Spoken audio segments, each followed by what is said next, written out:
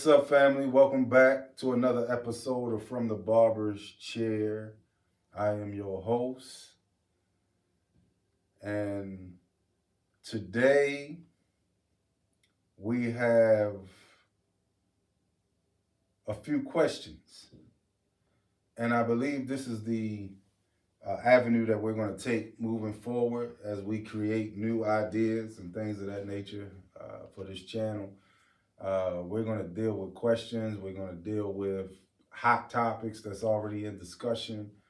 We're going to break things down and we're going to help each other get to the bottom of it and start being able to be more discerning and make more wise and cognitive decisions. So there's a lot of things that's on social media that could be very troubling, a lot of things that are very deceptive, a lot of trickery and scamming going on. And it's a lot of diversions and illusions also going on in the world at the same time while life is happening individually for all of us. So we just gonna touch on a few topics, answer a few questions. The voice in the back will be my beautiful wife, and you won't see her in this episode. You'll see me, but she'll be answering the questions. I'll be doing the answering, and we're just gonna dialogue based on these topics. We will be sharing this to other social platforms such as Twitch. I started a Twitch account, and we're looking to dialogue with individuals from those various platforms and see, what you think about the topic and see how we can reason together. All right. So, first question, and my main question actually, um, there was recently a another mass shooting. This one happened in Maine. Um, and I read some statistics that said that mass shootings have increased since COVID-19. So, what are your thoughts on the effect that COVID-19 or a pandemic has on a person's mental health? Um, and then, well, I'll ask you the next question after you answer this. Uh, so your first question, correct me if I'm wrong. It is, what kind of mental health issues did the pandemic cause? What effect did the pandemic or can a pandemic Have. have on a person's mental health, considering a lot more things regarding mental health has happened since the pandemic began, and we're out of it right now, fortunately, finally, but um, it has had an effect on an increase in anxiety and depression. And then like I said earlier, the statistics I read that some mass shootings increased in some areas. So with the pandemic, it could cause all sorts of mental health issues, especially when a pandemic goes from being a situation or a problem into becoming a condition, like a way of life. It alters your whole way of life. You know, we know the flu as a pandemic also, but the flu doesn't alter your way of life. You know, might cause you to miss a few days of work, but on a grand scale, it won't alter um, your daily routine.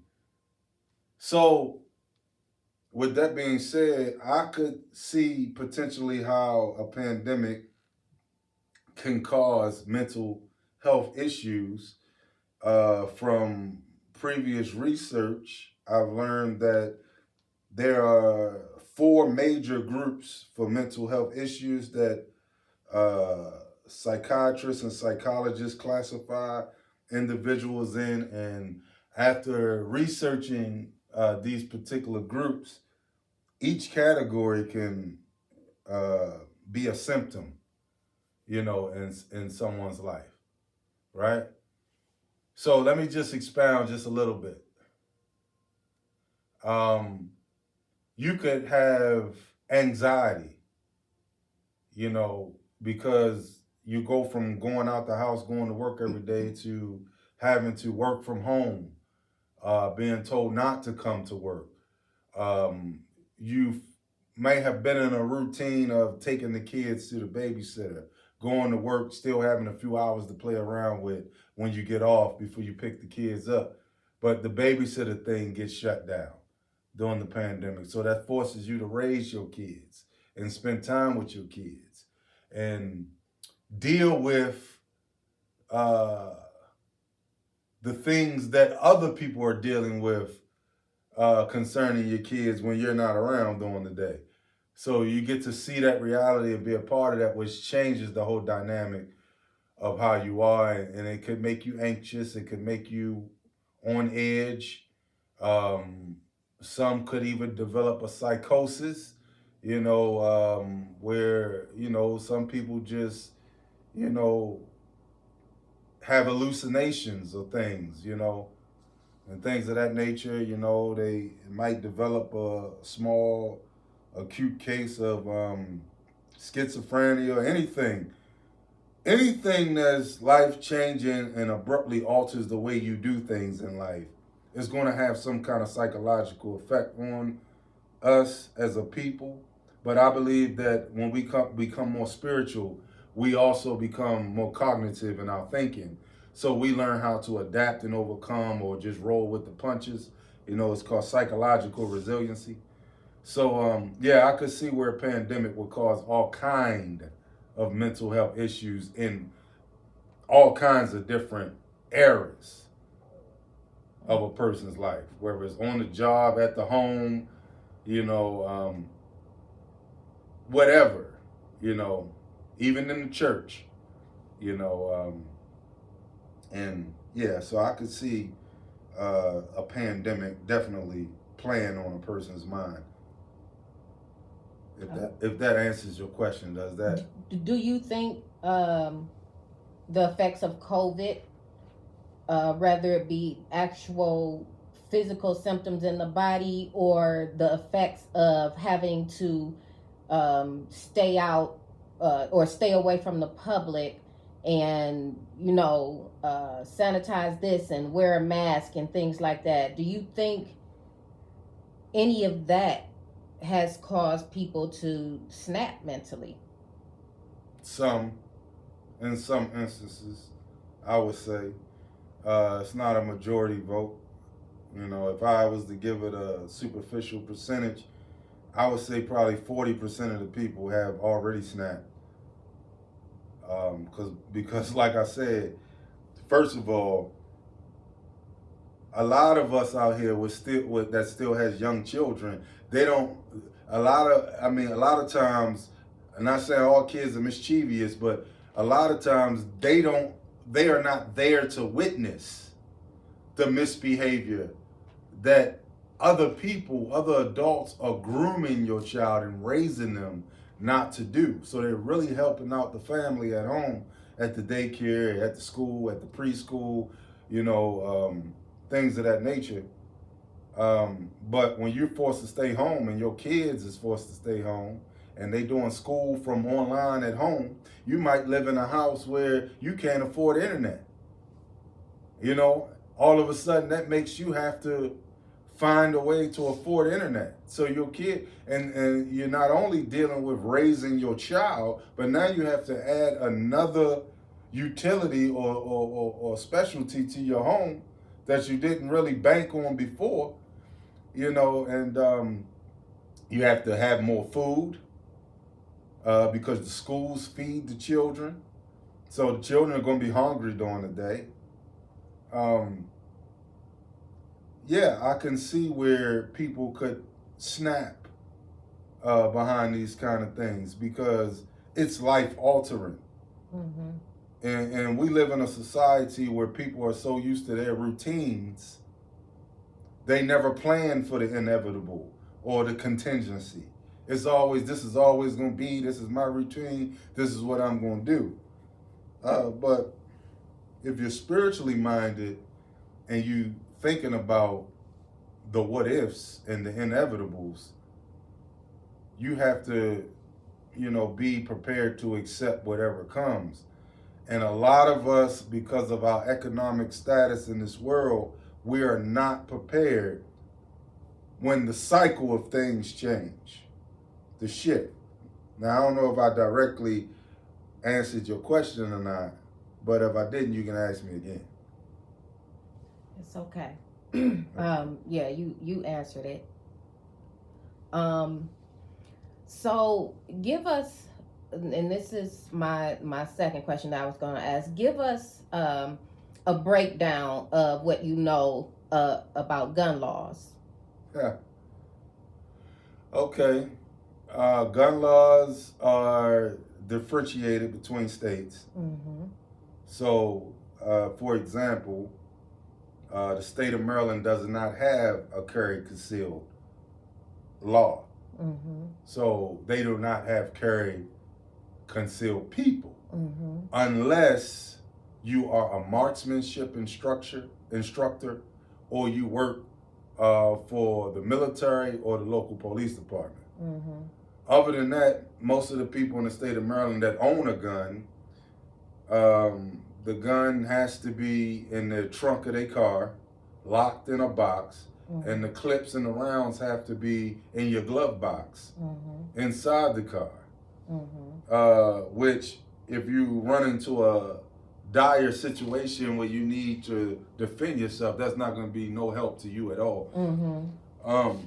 But some states create those regulations and rules in fear of the community rising up against local authority. Other states are more lenient. Like, if you go down south, they have the most lenient gun laws ever known. Anybody can pretty much go in the store and buy a gun. Although here in Ohio, it was brought to my attention at a gun shop that the state of Ohio has been known for many years of being the top gun dealer in the United States. And here, you can open carry. You can have a CCW. You can have a carry concealed. You can walk down the street with your rifle on your shoulder if you want. And they just beefed up the law to the point where police can't even ask you, do you have a gun? So laws is different in different states as far as the guns is concerned. But I'm going to say this, on a real perspective, it's not hard to get a gun for nobody, no matter where you at. Because as long as the NRA, National Rifle Association, and all of these millions of gun dealers all across the nation and the world continue to buy guns from manufacturers and produce them through gun shows in the black market, I mean, it's practically impossible to stop people from having a gun. Mm-hmm. And I don't think guns are an issue. I think the people behind the gun is the issue. Mm-hmm. Because, guns, just like anything else, was an advancement of technology, preferably before hunting. Mm-hmm. Because police officers didn't always have guns. Mm-hmm. So I think the gun laws are up and down throughout Mm-hmm. the country. We Mm-hmm. can't pinpoint one state law Mm-hmm. to another state. Mm-hmm. I actually, not to interrupt you, but that was a question that popped up in my head while I was just listening to you. Why do you think it is that all the states can't get on one page about the gun laws and just an overall gun law. Like, how did the separation happen? Was it the northern states against the southern states? Um, or I don't know how it happened. Or To an extent. Okay. To an perspective, because if you look at a map, it would seem like it's the northern states versus the southern states, but it's not. This is about right wing and left wing people who control government, who decides who they want to share political favor with based on quid pro quo. Mm-hmm. You know, you scratch my back, I scratch yours. You donate to my campaign, I'll open up a seat for you in your state to do this. You know, it's a lot that transpires behind the scene that make these laws manifest. But each state has their own jurisdiction to create their own legislation. Mm-hmm. So every governor of the state creates their own legislation. Now, that legislation is held accountable to the U.S. Constitution, right? And the U.S. Constitution tells us we have the right to bear arms. So it's up to the governor of that state to decide what they want to allow to happen in that state or not. You know, but I don't think no state prevents a person from buying a gun. Mm. You know, they might want to background check you and ID you at the store in some states, but no state is not selling guns. I just don't believe that there's a state on this map that doesn't sell firearms. Okay. Yeah. So. Last question. Mm-hmm. If you were given the chance to speak before, let's say, Congress or Capitol Hill or something like that, Mm-hmm. what is one mandatory gun control law you would have added, or you would push to get passed, rather? Okay, that's a good question. And all of them were good questions, but this one in particular, because I actually wrote a governor, and I'm not going to mention who, pertaining to this. There's some things that could be implemented there, because everybody don't have to go to jail. Everybody don't have to be put in a situation where they felt like they're a threat. Because the fact of the matter is, I feel like if you put guns out here in the world, everybody should be entitled to one. Mm-hmm. Nobody should have an upper hand on advantage on anybody, because this is how senseless things take place. You know, even with the police officers, when they feel like they got the power and the other person doesn't, sometimes the power gets abused. So I think the playing field should be leveled. If you're going to introduce something to a place, everybody should have the right to it. Now, if you're going to give everybody the right to it, there's got to be regulations and stipulations put in place. Mm-hmm. There has to be a questionnaire put in place. And before I expound on that, one of the main things that I think that every governor should do for their cities is they should have their court system set up where as though they can have an amnesty as far as gun buyback. And no charges be pressed, no investigations are made. It's just, we're going to give you X amount of dollars if you turn your gun in. That has been proven to be successful in various cities. And some states just don't get it. You got to give a person an opportunity to make things right. Because a lot of the times people are operating on circumstances, situations, emotions. If you live in a city where it's a lot of violence, and then on top of that, you got crooked cops, that could pull you over for a traffic stop and beat you half to death, let alone kill you. Now you got youth seeking firearms. And not because they want to be vigilantes or anarchies, but because they don't want to die. you know, by the hands of somebody who has a mental illness problem, you know. So you have to give people an opportunity to make things right. You can't just assume because people got guns that they are criminals or up to no good.